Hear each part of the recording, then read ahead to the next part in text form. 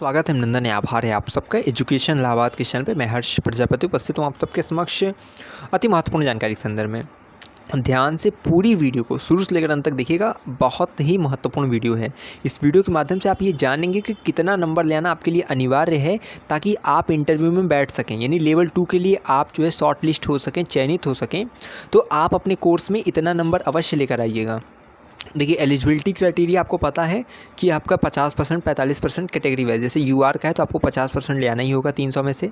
अगर OBC SC ST pH से हैं तो आपको 45% ले आना होगा। लेकिन आपको ये चीज़ ध्यान में रखना है कि केवल इतना ले आने से आप इंटरव्यू के लिए एलिजिबल नहीं हो जाते, ठीक।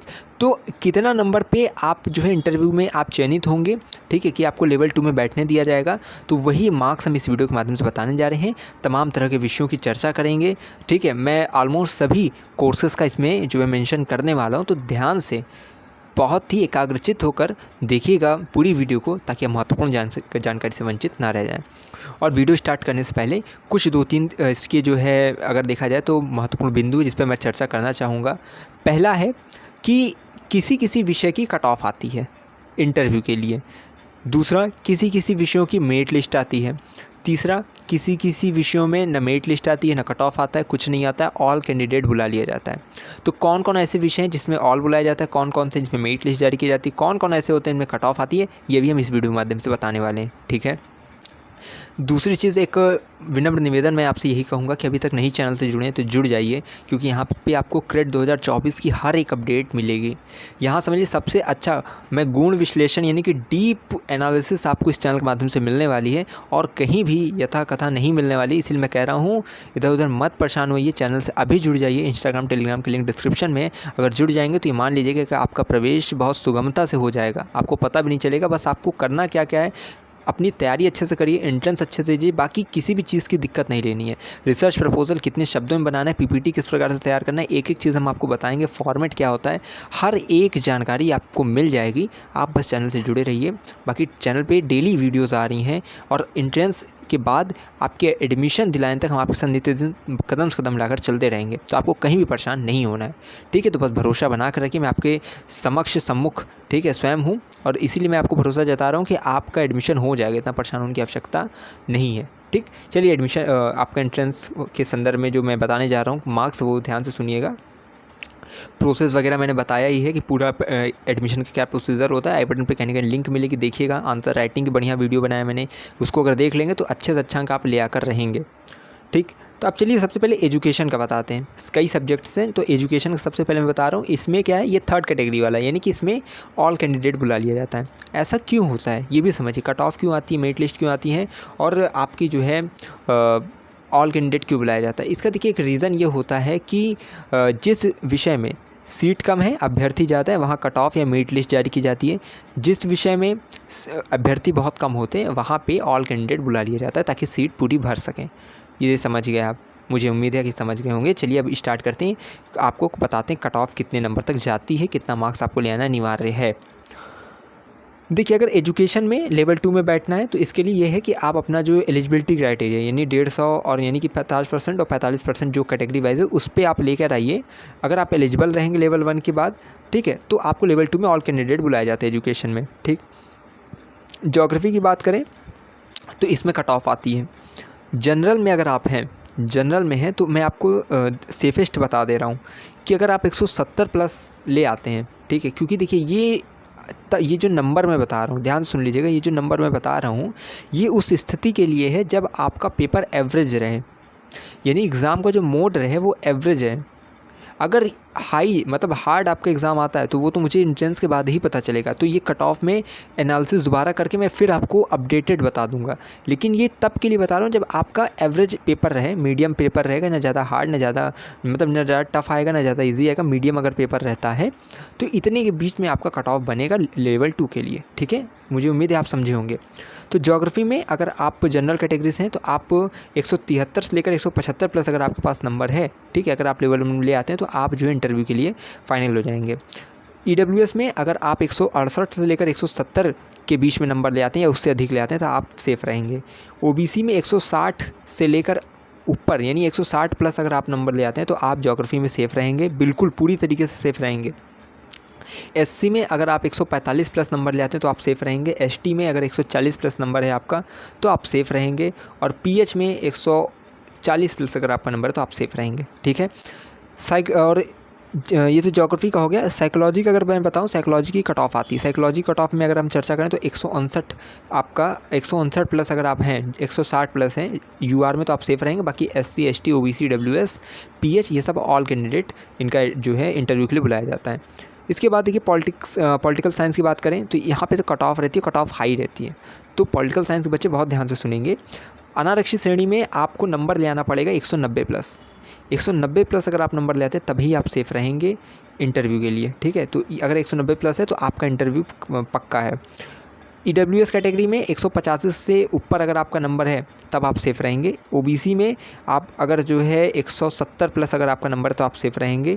एससी में 160 प्लस नंबर है तो आप सेफ़ रहेंगे। एसटी में आप 145% नंबर तो आप सेफ़ रहेंगे। पीएच में 160 प्लस नंबर है तो आप सेफ़ रहेंगे।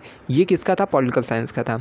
देखिए डेवलपमेंट स्टडीज़ में ऑल कैंडिडेट बुला लिया जाता है इंटरव्यू के लिए। इकोनॉमिक्स में ऑल कैंडिडेट बुला लिया जाता है। इंसिडेंट में कट ऑफ आती है। यूआर में अगर आप 175 प्लस नंबर है सेफ़ रहेंगे। ईडब्ल्यूएस में 185 प्लस नंबर रहेंगे तो सेफ़ रहेंगे इंटरव्यू के लिए, ठीक है। और नहीं सॉरी 175 प्लस रहेंगे यूआर में और 165 प्लस रहेंगे तो आप जो है ईडब्ल्यूएस में सेफ़ रहेंगे। ओबीसी में 155 प्लस नंबर रहेंगे तो आप सेफ़ रहेंगे। और एससी में 145 प्लस नंबर रहेगा तो आप सेफ़ रहेंगे। और एसटी और पीएच में ऑल कैंडिडेट एंशिएंट हिस्ट्री में इंटरव्यू के लिए बुलाया जाता है, ठीक। तो ये इंटरव्यू के लिए जो नंबर हो गया एंशिएंट के लिए। इसके बाद देखिए कॉमर्स एंड बिजनेस एडमिनिस्ट्रेशन की बात करें तो इसमें शॉर्ट लिस्ट कैंडिडेट की सूची आती है। इसमें अगर देखा जाए तो लास्ट ईयर जो है जैसे यूआर की जो 16 बच्चों को शॉर्ट लिस्ट किया गया था जिनकी कट ऑफ जो थी 165 से लेकर 194 के बीच में थी। अगर जो है ईडब्ल्यूएस की बात करें तो 4 कैंडिडेट शॉर्ट लिस्ट किए गए थे, उनकी जो कट ऑफ थी 158 से लेकर 164 के बीच में थी। तो इतना मान चलिएगा कि अगर आप, मैं मोटा मोटी बता दे रहा हूँ, अगर कॉमर्स और बिजनेस एडमिनिस्ट्रेशन में एडमिशन चाहिए आपको, ठीक है, तो आपको 165 प्लस नंबर लेना पड़ेगा यूआर में। ईडब्ल्यूएस में 160 प्लस नंबर लाना पड़ेगा। ओबीसी में 150 प्लस नंबर लाना पड़ेगा। और एससी में आपको 145 प्लस नंबर ले आना पड़ेगा। एसटी में आप 140 प्लस नंबर ले आइएगा। और पीएच में ऑल कैंडिडेट का इंटरव्यू के लिए सिलेक्शन हो जाता है, ठीक। तो ये किसके लिए था? ये कॉमर्स एंड बिजनेस एडमिनिस्ट्रेशन का था। इसमें शॉर्ट लिस्ट आती है। जूलॉजी में, एग्रीकल्चर, बॉटनी में, ये सब में क्या होता है? ऑल कैंडिडेट बुला लिया जाता है जो भी इंटरव्यू लेवल 1 की परीक्षा पास कर लेता है, ठीक है। तो zoology, agriculture, botany all candidate. Sanskrit का देखिए कट ऑफ आता है। इसमें अगर अनारक्षित श्रेणी की बात की जाए तो 160 प्लस अगर आपका नंबर है तो आप सेफ़ रहेंगे, इंटरव्यू के लिए बुला लिया जाएगा। और ईडब्ल्यूएस में 150 प्लस नंबर रहेगा तो आप सेफ़ रहेंगे। और ओबीसी की बात करें तो 140 प्लस नंबर आपके लिए सेफ़ रहेगा। एससी में और पीएच में, ठीक है, इन सब में क्या है? ऑल कैंडिडेट, यानी एससी, एसटी, पीएच ये सब ऑल कैंडिडेट एडमिशन मतलब इंटरव्यू के लिए आपको चयनित कर लिया जाता है। ये संस्कृत का था। सोशियोलॉजी का देखिए अगर देखा जाए, समाजशास्त्र का, यहाँ पे कट ऑफ आती है, ठीक है। तो कट ऑफ कितनी रहती है? आप अगर 170 प्लस लाते हैं यूआर में अनारक्षित श्रेणी के अंदर का तो आप सेफ़ रहेंगे। अगर ईडब्ल्यूएस की बात करें तो आप 145 प्लस पे इंटरव्यू के लिए चयनित हो जाएंगे। ओबीसी, एससी, एसटी, पीएच ये सब ऑल, ठीक है। तो ये सोशियोलॉजी का हो गया। मिडिल मॉडर्न हिस्ट्री की बात करें तो आपकी अगर कट ऑफ देखी जाए तो ये जो है आपकी रहेगी इंटरव्यू के लिए 160 प्लस अगर आप रहते हैं तो आप सेफ़ रहेंगे। ईडब्ल्यूएस में अगर आप 155 प्लस रहते हैं तो आप सेफ़ रहते हैं। ओबीसी में अगर आप 145 प्लस रहते हैं तो सेफ़ रहते हैं। एससी में 140 प्लस हैं तो सेफ़ हैं, ठीक है। तो इस प्रकार से यहाँ पे रहता है। बाकी एसटी और पीएच के लिए तो कोई लास्ट ईयर चयनित ही नहीं हुआ था, लेकिन ये है कि इसी के आसपास जो है इनका भी रहने वाला रहता है, ठीक है। इन्हीं के आसपास रहेगा, यानी कि पीएच में या एसटी में हो सकता संभावना रहती है कि ऑल जो है बुला लिया जाए जो भी लेवल 1 की परीक्षा पास किए रहें, ठीक है। तो ये चीज़ उनसे हो गया। मैथ की अगर देखिए बात किया जाए, ठीक है, बहुत ध्यान सुनिएगा। मैथ में अगर देखा जाए तो ऑल कैंडिडेट जो भी लेवल 1 की परीक्षा एलिजिबिलिटी क्राइटेरिया के तहत पास करता है उनके लिए वो जो है इंटरव्यू के लिए उनको बुलाया जाता है। इन्वायरमेंटल साइंस की और जो है साइंस एंड सोसाइटी जो आपकी सेंटर है उन सब का क्या है कि लेवल 1 की परीक्षा अगर आपने एलिजिबिलिटी क्राइटेरिया के तहत पास की है तो आप जो इंटरव्यू के लिए बुलाए जाते हैं। इसके बाद अगर देखा जाए तो हिंदी की कट ऑफ आती है 180 प्लस अगर अनारक्षित श्रेणी से तो सेफ़ रहेंगे। अगर 175 प्लस हैं ईडब्ल्यूएस से तो सेफ़ रहेंगे। 170 प्लस हैं ओबीसी तो सेफ़ रहेंगे। और अगर यहाँ पे अगर देखा जाए एससी का तो 160 प्लस है तो सेफ़ रहेंगे। और एसटी की बात करें तो 150 प्लस है तो सेफ़ रहेंगे। लास्ट ईयर एक ही बच्चा चयनित हुआ था एसटी से। और अगर पीएच की बात करें तो अगर आप 150 प्लस नंबर है तो सेफ़ रहेंगे, ठीक है। और पिछली बार 146 से 178 इसकी कट ऑफ गई थी और ऑल कैंडिडेट पीएच के सिलेक्टेड मतलब इंटरव्यू के लिए बुलाए गए थे। तो ये चीज़ हो गया। अब यहाँ पे मैं सेंटर जो आपकी फिल्म है यानी कि centre of theatre and film वाला जो होता है, इसमें ऑल कैंडिडेट बुलाया जाता है मतलब इंटरव्यू के लिए। बायोटेक्नोलॉजी में ऑल कैंडिडेट होते हैं जो भी लेवल 1 का एग्ज़ाम दिए रहते हैं, पास रहते हैं, वो जाते हैं। फिलॉसफी में भी जो है ऑल कैंडिडेट जो कि लेवल 1 की परीक्षा पास किए रहते हैं, ठीक है। और एटमॉस्फेरिक एंड ओशियन स्टडीज़ जो रहता है उसमें भी ऑल कैंडिडेट, ठीक है। इंग्लिश में भी ऑल रहते हैं, यानी इंग्लिश का अगर आपने एंट्रेंस दिया और लेवल 1 की परीक्षा अपने एलिजिबिलिटी क्राइटेरिया के तहत पास की तो आपको इंटरव्यू के लिए बुलाया जाएगा।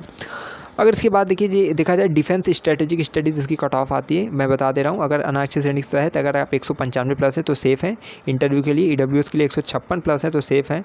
ओबीसी में आप अगर 170 के पास हैं तो आप सेफ़ हैं, यानी कि 166 से ऊपर ही रहना चाहिए। एससी में 175 प्लस से सेफ़ है। एसटी में और पीएच की लास्ट कट ऑफ नहीं आई थी क्योंकि बच्चे नहीं पास हुए थे, एलिजिबिलिटी क्राइटेरिया के तहत ऊपर ही नहीं आए थे, ठीक। तो ये हो गया, लेकिन ये है कि इसी के आसपास इनकी भी रहेगी, ठीक है। यानी कि 20-25 नंबर कम कर लीजिएगा एससी से। इसके बाद यहाँ पे अगर फूड टेक्नोलॉजी की बात करें तो ऑल इनकी शॉर्ट लिस्ट आती है, ठीक है, यानी कि ऑल बच्चे इसमें रहते हैं। इसके बाद बायोइन्फॉर्मेटिक्स की अगर देखा जाए तो ऑल कैंडिडेट इसमें, यानी कि जो भी लेवल 1 परीक्षा पास किए रहें।